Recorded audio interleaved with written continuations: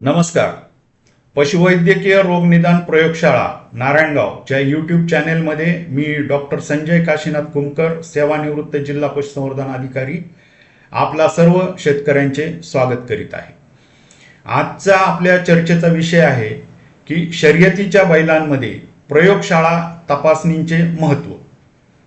आता आपला असा समज आहे की जनावर आजारी पडल्यानंतर आपण प्रयोगशाळा तपासण्या केल्या पाहिजेत आणि मग त्यातनं रोगाचं निदान करून उपचार केले पाहिजे. पण शर्यतीच्या बैलांमध्ये हे प्रयोगशाळा तपासणीचे एक वेगळे महत्त्व आहे. हे केवळ आजारासाठी नाही तर त्या बैलाची शारीरिक क्षमता आणि फिटनेस या तपासण्यासाठी या टेस्ट केल्या जातात. याचा फायदा असा होतो की ज्या काही आजार बैलाला आहे त्याचं अचूक आणि वेळेवर निदान होतं, त्याच्यावर त्याप्रमाणे ट्रीटमेंट केली जाते. अवयवांची जी त्याची कार्यक्षमता आहे, किडनी आहेत, लिव्हर आहे, स्नायू आहेत, हृदय आहे, याची कार्यक्षमता तपासली जाते या तपासण्या टेस्टमधून.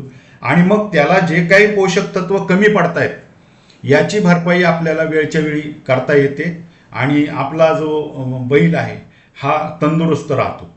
तर हे त्याचं महत्त्व आहे याच्यामध्ये. तर आता ह्या तपासण्या म्हणजे काय असतात, तर मूलभूत याच्यातली जी तपासणी आहे त्याला म्हणतात CBC, complete blood cell count. ही मूलभूत तपासणी, बेसिक.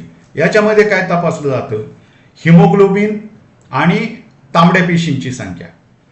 तर आपल्याला मागच्या व्हिडिओजमध्ये आपण चर्चा केलेली आहे की हिमोग्लोबिनचं काय काम असतं. हिमोग्लोबिन फुफ्फुसातून ऑक्सिजन शरीराच्या प्रत्येक भागापर्यंत पोहोचवतं, स्नायूंपर्यंत पोहोचतं, ज्यामुळे जे बैलाला पळण्यासाठी एनर्जी मिळते. हे हिमोग्लोबिनचं काम आहे.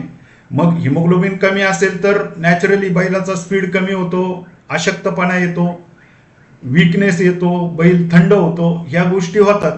नॉर्मली बैलामध्ये आपल्याला माहिती आहे हिमोग्लोबिनचं प्रमाण हे 14च्या वर पाहिजे, तांबड्या पेशींचं प्रमाण हे 7 ते 8 लाखाच्या वर पाहिजे. ह्या तपासण्या पहिल्या केल्या जातात. दुसरी गोष्ट, पांढऱ्या पेशींची संख्या ह्या 8 ते 10,000 पाहिजेत. 10,000 पेक्षा जर जास्त असतील तर त्याचा अर्थ बैलामध्ये कुठंतरी संसर्ग चालू होतोय, कुठंतरी इन्फेक्शन होतंय आणि मग लगेच आपल्याला त्याच्यावर निर्णय घेता येतो. किंवा पांढऱ्या पेशींची संख्या कमी झाली तर कुठं व्हायरल इन्फेक्शन आहे, इम्युनिटी. कारण हे पांढऱ्या पेशींचं काम काय आहे, इम्युनिटी वाढवणं, रोगप्रतिकारक शक्ती वाढवणं. मग हे जर कमी व्हायला लागले तर आपल्या लक्षात येतं की याची इम्युनिटी कमी होत चालली, त्याप्रमाणे आपल्याला त्याच्यावर उपचार करता येतात. तिसरी त्याच्यामधला महत्वाचा भाग असतो प्लेटलेट्स. प्लेटलेट्सची संख्या. तर हे प्लेटलेट्सच्या ज्या संख्या आहे ते प्लेटलेट्सचं काम काय आहे की समजा कुठं रक्तस्राव झाला तर तो रक्तस्राव त्वरित थांबवणे, त्याची गुठळी तयार होते, ते होते. पण दुसरी गोष्ट, काही व्हायरल डिसीज जे आहेत, लंपी म्हणा, तर याच्यामध्ये सुरुवातीला प्लेटलेट्सची संख्या कमी व्हायला लागते आणि मग ह्याच्यावरून आपल्याला त्याचं निदान परफेक्ट करता येतं. यानंतर कम्प्लीट ब्लड सेल काउंटमध्ये, CBC मध्ये आपण काचपट्टीवर त्याचा एक रक्ताचा स्मिअर करतो तयार, पातळ, आणि त्याच्यावर आपण स्टेनिंग करतो, लिशमन किंवा जिम्सा. या स्टेनिंग करून आपण सूक्ष्मदर्शकाखाली बघतो. तर याच्यामध्ये जे काही आपले परोपकारी जीव आहेत, म्हणजे प्रोटोझोल डिसीज, तर ह्यातले जे थायलेरिया आहे, बबेसिया आहे, ॲनाप्लाझ्मा आहे, तर हे जर काही इन्फेक्शन असेल, समजा घटसर्प झाला तर त्याचे सुद्धा जंतू याच्यामध्ये दिसतात. तर ते जंतू पाहून त्याचं निदान करता येतं. किंवा काय तसं काय हिमोग्लोबिन का कमी होत चाललंय, याचं काय ॲनाप्लाझ्मा वगैरे आहे का, असं निदान या CBC मध्ये होतं. त्यामुळे ही बेसिक आणि महत्वाची टेस्ट ही शर्यतीच्या बैलांसाठी आहे. ह्यानंतरच्या ज्या पुढच्या ज्या टेस्ट आहेत या स्पेसिफिक टेस्ट आहेत. म्हणजे लिव्हर फंक्शन टेस्ट उदाहरणार्थ. आता लिव्हर फंक्शन टेस्ट म्हणजे काय की लिव्हरचं काम काय आहे की शरीराला सर्व एन्झाईम्स तयार करणे, शरीराचं पचन व्यवस्थित चालू ठेवणे. शरीरामध्ये इनलेट आहे, म्हणजे आपण मागे पण चर्चा केली की शरीर हे इनलेट आहे, किडनी हे आउटलेट आहे. शरीरामध्ये जे आपण चारा खातो बैल, काही टॉक्सिक पदार्थ येतात, ह्याचं डिटॉक्सिफिकेशनचं काम हे लिव्हर करत असतं. तर हे काम असतं. आणि मग ही जर याचे जे टेस्ट आहेत म्हणजे SGOT आणि SGPT, जर हे जर वाढलेले असतील तर लिव्हरमध्ये कुठंतरी गडबड आहे हे आपल्या लगेच लक्षात येतं आणि त्या पद्धतीने आपल्याला त्याची ट्रीटमेंट करता येते. त्याच्या पुढची टेस्ट आहे kidney function test. Kidney function टेस्टमध्ये किडनीचं काम काय आहे, शरीरामध्ये जे काही कचरा जमा झालेला आहे, जे टॉक्सिन्स तयार झालेले आहेत, हे बाहेर फेकणं काम किडनीचं आहे. याच्यासाठी जे महत्वाचे घटक असतात क्रिएटिनिन आणि युरिया हे तपासले जातात. हे जर वाढलेले असतील तर आपल्याला लक्षात येते की किडनीवर काहीतरी प्रॉब्लेम आलेला आहे बैलाच्या, आणि मग त्या ह्याने ट्रीटमेंट दिलं की त्याची कार्यक्षमता ऑटोमॅटिकली सुधारते. त्यानंतर महत्वाच्या काही टेस्ट आहेत, त्याच्यामध्ये टोटल प्रोटीन, की आपण जी चर्चा केली आहे की शरीर हे प्रथिनेचं बनलेलं आहे. मग प्रोटीनचं प्रमाण आपण प्रत्येक आहारामध्ये बघतो, हाय प्रोटीन पाहिजे, हे पाहिजे, ते पाहिजे बैलाला, पण त्याच्या शरीरामध्ये ऍक्च्युली प्रोटीन किती आहे हे आपल्याला तपासावं लागतं. कारण प्रोटीन, स्नायू हे प्रोटीनचे बनलेले असतात, सगळ्या गोष्टी प्रोटीनच्या बनलेल्या असतात. ओव्हरऑल फिटनेस हा सगळा प्रोटीनवर अवलंबून आहे. त्यामुळे हे प्रोटीनचं एक तपासणी महत्वाची असते.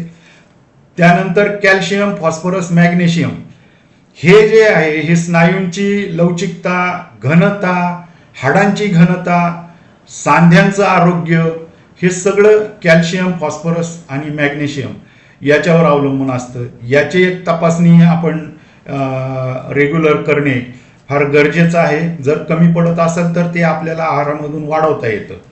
त्याच्यानंतरचे महत्वाचं आहे सोडियम, पोटॅशियम आणि क्लोराईड ह्याच्या तपासणी. हे काय आहेत, इलेक्ट्रोलाइट्स आहेत. आपण मागे पण चर्चा केली की घामावाटे हे बाहेर पडतात. ह्याचं जर प्रमाण योग्य असेल इलेक्ट्रोलाइट्स तर बैलाला एनर्जी चांगली राहते. इलेक्ट्रोलाइट कमी झाले की बैलाच्या पायामध्ये गोळे येतात, थकवा येतो, बैल पळायला कमी पडतो. त्यामुळे याच्या पण तपासण्या फार गरजेच्या आहेत. ह्याच्यानंतर शेवटचं म्हणजे टेस्टेस्टेरॉन. आता टेस्टेस्टेरॉन तर आपण अख्खा व्हिडिओ केलेला आहे. टेस्टेस्टेरॉनचं महत्व काय आहे, टेस्टेस्टेरॉन हे बैलाचं ओव्हरऑल जो लिबिडो ज्याला म्हणतो, आक्रमकता किंवा एक ऊर्जा म्हणा, किंवा ज्याला आपण म्हणतो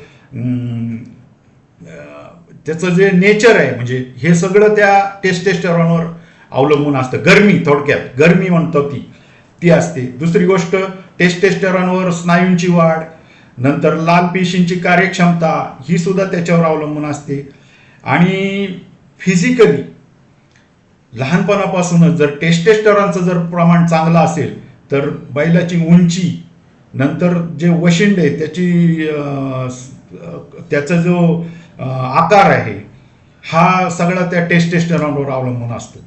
त्यामुळे ही टेस्टेस्टेरॉनची तपासणी बैलांच्या बाबतीमध्ये फार महत्वाची आहे. ते जर कमी झालेलं असेल तर नॅचरली बैलाची आक्रमकता, चपळता कमी होते, आणि मग त्याचं जर सप्लिमेंटेशन आपल्याला आहारातून किंवा अन्य गोष्टीतून करता आलं तर आपला बैलाचा परफॉर्मन्स पुन्हा जाग्यावर येतो. त्यानंतरच्या काही टेस्ट आहेत म्हणजे ज्या ऑप्शनल असतात, ज्या रेग्युलर करायची गरज नसते. काही बैलांमध्ये जर रेग्युलर कॅल्शियम, फॉस्फरस कमी येत असेल तर व्हिटॅमिन डी ची एक तपासणी करावी लागते. आपण मागे त्याच्यावर एक कॅल्शियमवर व्हिडिओ केलेला आहे, त्याच्यामध्ये ह्याचं चर्चा केलेली आहे की व्हिटॅमिन डी मुळे ते कॅल्सिट्रॉन लिव्हरमध्ये तयार होतं आणि मग ते पॅराथार्मोन तयार होतं आणि मग कॅल्शियम आणि फॉस्फरस हे व्यवस्थित नियोजन त्या बैलाच्या शरीरामध्ये होत असतं. त्यानंतर व्हिटॅमिन B12 हे पण तपासणी केली जाते की लाल पेशी, B12चं काम काय आहे, लाल पेशींची संख्या वाढवणं. तर ते जर वाढत नसतील तर व्हिटॅमिन B12 ची तपासणी केली जाते. त्यानंतर बऱ्याच बैलांमध्ये सर्दी होते. मग हे सर्दी बऱ्याच ट्रीटमेंट, अँटीबायोटिक्स वगैरे देऊन जर ती बरी होत नसेल तर तो सर्दीचा जो नमुना आहे तो आपण एक म्युलर हिंटन आगार म्हणून एक मीडिया असतो, त्या मीडियावर टाकून आपण त्याला 37 डिग्री तापमानाला इन्क्युबेट करतो. त्याच्यामध्ये कुठले बॅक्टेरिया आहे याची वाढ आपण करून त्याला स्पेसिफिक कुठलं अँटीबायोटिक देता येईल ह्याचे पण एक टेस्ट केली जाते. त्याला अँटीबायोटिक सेन्सिटिव्हिटी टेस्ट म्हणतात. ही जर टेस्ट केली तर आपल्याला हे बैलाची सर्दी घालवण्यासाठी कुठलं अचूक अँटीबायोटिक द्यायला पाहिजे याचं निदान होतं आणि हा प्रॉब्लेम आपण दूर करू शकतो. ही पण टेस्ट फार महत्वाची आहे. आणि नंतर मग लघवीची तपासणी. लघवीमध्ये आपल्याला अंदाज येतो की किडनीची कंडिशन कशी आहे, बैलाला काही कावीळ आहे का, बाईल सॉल्ट, बाईल पिगमेंट तपासून. दुसरी गोष्ट, पोटामध्ये जर काही फॉरेन बॉडी त्याच्या असेल, लोखंड वगैरे किंवा तार सुई वगैरे, तर किडनीची युरिनची एक टेस्ट आहे सल्कोविच टेस्ट म्हणून.